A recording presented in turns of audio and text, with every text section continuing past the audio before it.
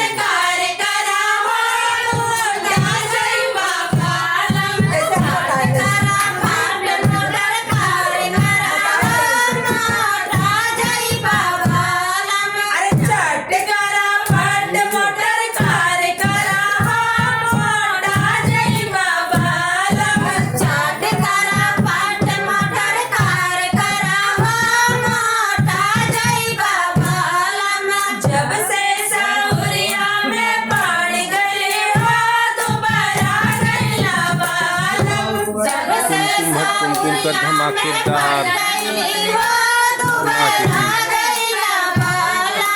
जब से सावरिया में पड़ गई हो दोबारा गईला बालम। जब से सावरिया में पड़ गई हो दोबारा गईला बालम। तो गीत कैसा लगा कमेंट में बहुत सुंदर लगा, बहुत सुंदर।